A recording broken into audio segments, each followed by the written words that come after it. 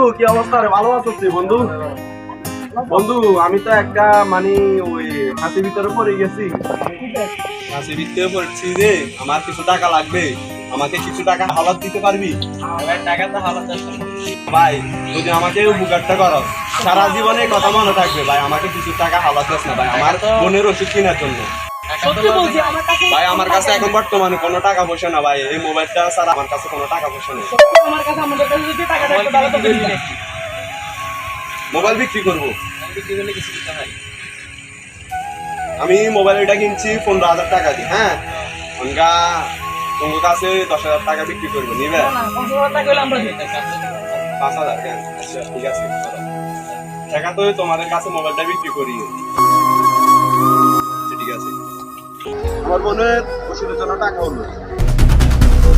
আচ্ছা ভাইয়া ভাইয়া ভাইয়া আমার বোনের ওষুধের টাকা নিয়ে না ভাইয়া রে।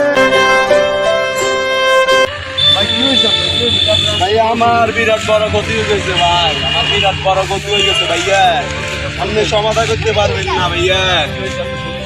ভাইয়া আমার সমস্যাটা হয়েছে আমার কাছ থেকে আমার টাকাগুলোকে নিয়ে গেছে ভাই।